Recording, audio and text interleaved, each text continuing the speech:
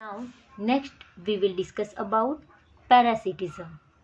Considering that the parasitic mode of life ensures free lodging and meals, it is not surprising that parasitism has evolved in so many taxonomic groups from plants to higher vertebrates. Now, next we will discuss about parasitism. Considering that the parasitic mode of life ensures free lodging and meals, it is not surprising that parasitism has evolved in so many taxonomic groups from plant to higher vertebrates. Many parasites have evolved to be host specific. They can parasites only a single species of host in such a way that both host and the parasites tend to co-evolve.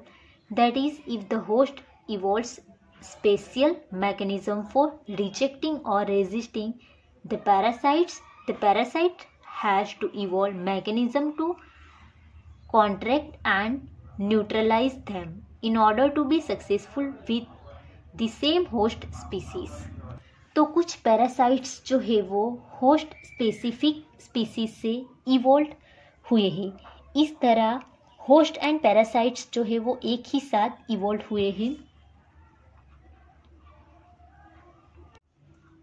In accordance with their lifestyles, parasites evolve special adaptation such as the loss of unnecessarily sense organs, presence of adhesive organs or suckers to cling on to the host, loss of digestive system and high reproductive capacity. And इस तरह parasites जो है उन लोगों ने अपनी lifestyle को develop किया हुआ है, एडेप्ट किया हुआ है। The life cycle of parasites are often complex involving one और टू इंटरमीडिएट होस्ट और vector to facilitate parasitization of its primary host. The human liver flug, a trematode parasites, depends on two intermediate host, a snail and fish, to complete its life cycle. तो कुछ organism ऐसे होते हैं, कुछ living organism जो अपना life cycle complete करने के लिए टू होस्ट उसके लिए रिस्पॉन्सिबल होते हैं, टू वेक्टर रिस्पॉन्सिबल होते हैं, जैसे कि ह्यूमन लिवर फ्लग एंड ट्रिमेटोड जो पैरासाइट है वो अपना लाइफ साइकिल कंप्लीट करने के लिए उसके लिए टू host responsible है. The malaria parasite needs a vector mosquito to spread to other host. Majority of the parasites harm the host. They may reduce the survival, growth and reproduction of the host and reduce its population density. Majority parasites जो होते हैं वो host को harm करते हैं, जैसे कि host का ग्रोथ जो है वो स्टॉप कर देते हैं, उसका रिप्रोडक्शन रिड्यूस कर देते हैं, मीन्स उसकी जो पॉपुलेशन डेंसिटी जो है वो रिड्यूस हो जाती है। They might render the host more vulnerable to predation by making it physically weak. And ये जो पैरासाइट्स जो है वो होस्ट को फिजिकली वीक कर लेते हैं। Do you believe that an ideal parasite should be able to thrive within the host without harming it? तो हमें ये क्वेश्चन होता है कि ऐसा कोई पैरासाइट्स हो जो विदाउट हार्मिंग होस्ट का यूज कर सकता है। Then why didn't natural selection lead to the evolution of such totally harmless parasites? Parasites that feed on the external surface of the host organism are called ectoparasites. तो कुछ parasites ऐसे होते हैं जो होस्ट के आउटर एक्सटर्नल सरफेस पे रह के उसका यूज कर सकते हैं, फीड कर सकते हैं. So this type of parasites is called ectoparasites. The most familiar example of this group are the lice on humans and ticks on dog. तो इसका बेस्ट एग्जाम्पल जो है वो क्या है, तो ह्यूमन बीइंग के हेयर में लाइस होती है, एंड डॉग्स पे टिक्स होती है, ये एक्टोपैरासाइट्स है। Many marine fish are infected with ectoparasitic copepods. कुछ मराइन फिशिस होती है जो एक्टोपैरासाइट्स से इन्फेक्टेड होती है, like copepods. Cuscuta, a parasitic plant that is commonly found growing on hedges plant, has host its chlorophyll and lives in the course of evolution, and it derives its nutrition from the host plant which it is parasites। तो ऐसा दूसरा example है plant Cuscuta. आप लोगों ने देखा ही होगा। तो कस्क्यूटा जो प्लांट है उसके क्लाइंबर जैसे होते हैं, उसके पास लीव्स नहीं होती। तो ये जो पैरासाइट्स जो है उसके लिए होस्ट कौन सा होगा, तो प्लांट। तो प्लांट पे रह के ये फीड करती है, क्योंकि उसके पास, ये कस्क्यूटा के पास लीव्स नहीं है। तो ये क्लोरोफिल है ही नहीं, लीव्स नहीं होंगे तो क्लोरोफिल पिगमेंट ही नहीं होंगे। क्लोरोफिल पिगमेंट नहीं है तो वो फोटोसिंथेसिस प्रोसेस नहीं कर सकती है। इसलिए ये कंप्लीट पैरासाइट्स है कस्क्यूटा। ये कंप्लीटली होस्ट पे डिपेंड रहती है। एंड ये हमें कहाँ पे फाउंड होती है, तो प्लांट पे फाउंड होती है ये कस्क्यूटा प्लांट। एंड इसके पास लीव्स नहीं है, ऐसे ही ये इवोल्व हुई है। एंड होस्ट में से ये न्यूट्रिशन एब्जॉर्ब करती है। The female mosquito is not considered a parasite although it need our blood for reproduction. तो यहाँ पे हम लोग फीमेल मॉस्किटो को पैरासाइट्स नहीं बोल सकते, क्योंकि ये ब्लड का यूज़ क्यों करती है, तो खुद के रिप्रोडक्शन प्रोसेस के लिए हमारे ब्लड का यूज़ कर सकती है। In contrast, endoparasites are those that live inside the host body and different sites like liver, kidney, lungs, red blood cell, etc. तो एंडोपैरासाइट्स जो ऑर्गेनिज्म होते हैं वो बॉडी के इनर साइड पे सर्वाइव करते हैं। And different organ part, body के डिफरेंट ऑर्गन पार्ट जैसे कि liver, kidney, lungs, red blood cell etcetera, ये सभी पार्ट में ये सर्वाइव करते हैं। The life cycle of endoparasites are more complex because of their extreme specialization. Their morphological and anatomical features are greatly simplified while emphasizing their reproductive potential. तो यहाँ पे जो एंडोपैरासाइट्स जो है वो होस्ट के बॉडी के इनर साइड पे रहते हैं, जैसे कि liver, kidney, lungs, blood cell etcetera. तो उसका जो वो एक्सट्रीम स्पेशलाइजेशन होते हैं। एंड उसकी जो लाइफ साइकिल जो है वो मोर कॉम्प्लेक्स होती है, लेकिन उसकी मॉर्फोलॉजी एंड एनाटॉमी जो है वो, उसकी फीचर जो है वो ग्रेटली सिंप्लीफाइड होती है। फिर भी उसमें रिप्रोडक्शन प्रोसेस जो है वो पोटेंशियल होता है। Blood parasitism in birds is a fascinating example of parasitism in which the parasitic bird lay its egg in the nest of its host and lets the host incubates them. During the course of evolution, the egg of the parasitic bird have evolved to resemble the host egg in the size and color to reduce the changes of the host bird, detecting the foreign egg and ejecting them from the nest. तो bird में हम लोग blood parasitism जो है वो clearly देख सकते हैं, वो इसका एक एग्जाम्पल है। तो बर्ड में जो पैरासाइट्स होते हैं वो खुद के एग को दूसरे कोई बर्ड के नेस्ट में जाके एग ले करते हैं। एंड ये जो होस्ट बर्ड है वो दूसरे जो एग ले कर गया है उसके एग को इंक्यूबेट करता है। एंड ये सभी प्रोसेस इवोल्यूशन जब हुआ था तभी हो गया था। एंड ड्यूरिंग इवोल्यूशन ये दोनों सेम टाइप के बर्ड जो है उसके एग का कलर साइज सेम ही हुआ था, इसीलिए ये प्रोसेस हो सकती है। अगर एग साइज कलर जो डिफरेंट होगा तो होस्ट को पता चल जाएगा ये खुद के एग नहीं है, ये दूसरे बर्ड के एग है। इसलिए होस्ट जो है वो खुद के एग को समझ के इंक्यूबेट कर सकता है। and try to following the movement of the cuckoo like koel and the crow in your neighborhood park during the breeding season spring to summer and watch blood parasitism in action. ये blood parasitism ये 2 marks के लिए important है theory. तो हम ऐसा ही example देख सकते हैं जैसे कि कुकू कोयल जो है वो क्रॉ के नेस्ट में आके एग लेकर जाता है। ये दोनों के एग के साइज एंड कलर सेम ही है, इसलिए होस्ट को पता ही नहीं चलेगा कि वो खुद के एग कौन से, इसलिए वो खुद के एग को जब इंक्यूबेट करते हैं तब पैरासाइट्स जो है उसके एग को भी इंक्यूबेट कर सकता है। तो ये हुआ पैरासाइट्स के example. Now next we will discuss about commensalism process. Commensalism, this is the interaction in which one species benefit and the other in neither harm nor benefit. तो ये ऐसी प्रोसेस है कि एक स्पीसीज जो है उसको बेनिफिट होगा लेकिन दूसरी स्पीसीज को बेनिफिट भी नहीं होगा एंड हार्म भी नहीं होगा। An orchids growing an epiphytes on the mango branch and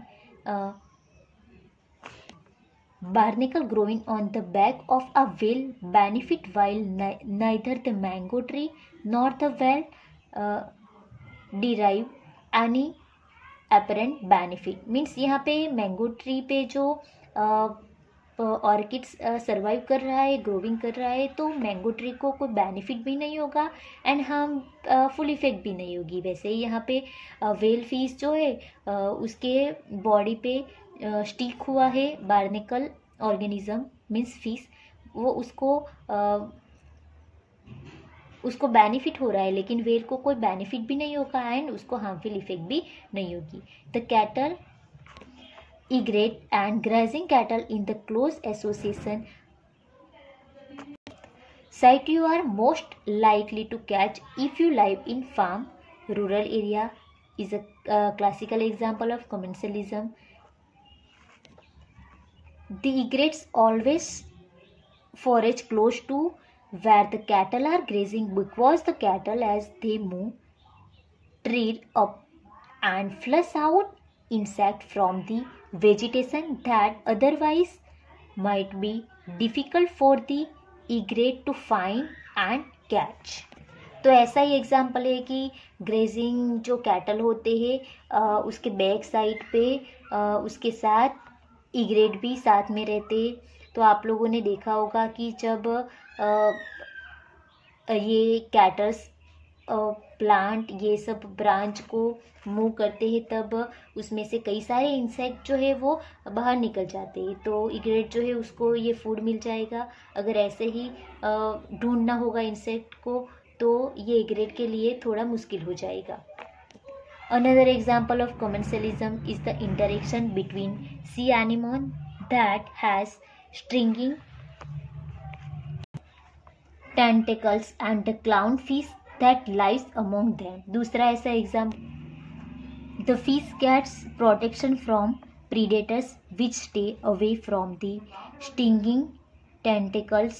The anemone does not appear to derive any benefit by hosting the clownfish। तो यहाँ पे दूसरा ऐसा एग्जाम्पल है कि स्टिंगिंग टेंटिकल्स जो है वो सी एनिमोन में रहते हैं, स्पाइक जैसे होते हैं।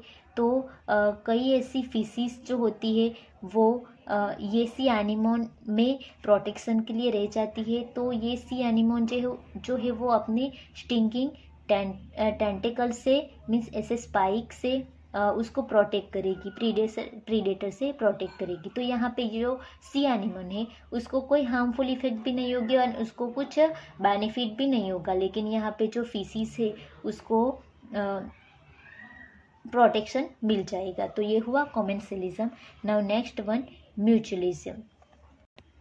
Mutualism, this interaction confer benefits on both the interacting species like in represent and. यहाँ पे म्यूचुअलिज्म का मीनिंग क्या होगा, तो दोनों स्पीसीज को बेनिफिट होगा and like in represent and intimate mutualistic relationship between a fungus and photosynthesis algae or cyanobacteria.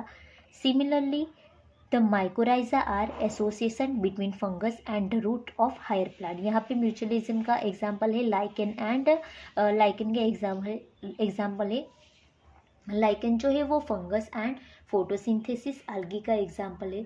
Fungus जो है वो कुछ ऐसे कंपोनेंट हो गए कॉम्प्लेक्स कंपोनेंट, उसको ब्रेक करेगी एंड उसका न्यूट्रिशन एल्गी को देगी। एल्गी जो है वो ग्रीन पिगमेंट उसके पास प्रेजेंट है, तो वो फोटोसिंथेसिस की प्रोसेस करके फूड बनाएगी।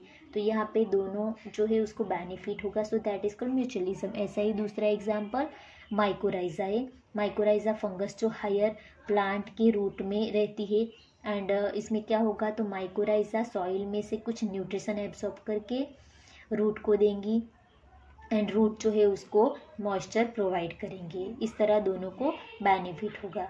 The fungus help the plant in the absorption of essential nutrition from the soil while the plant in turn provide the fungus with energy yielding carbohydrate। तो यही हो गया the most spectacular and evolutionary fascinating example of mutualism are found in plant animal relationship. Plant need the help of animals for pollinating their flower and dispersing their seeds. Animal obviously have to be paid feeds for the service that plant accept from them। तो हमें यहाँ पे best example मिल गया है कि plant and animal के बीच interaction. तो plant में pollination process and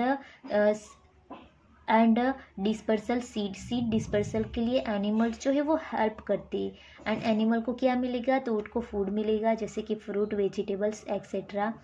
plant offer reverts और fish in the form of pollen and nectar for pollinator and juicy and nutrition fruit for seed dispersal.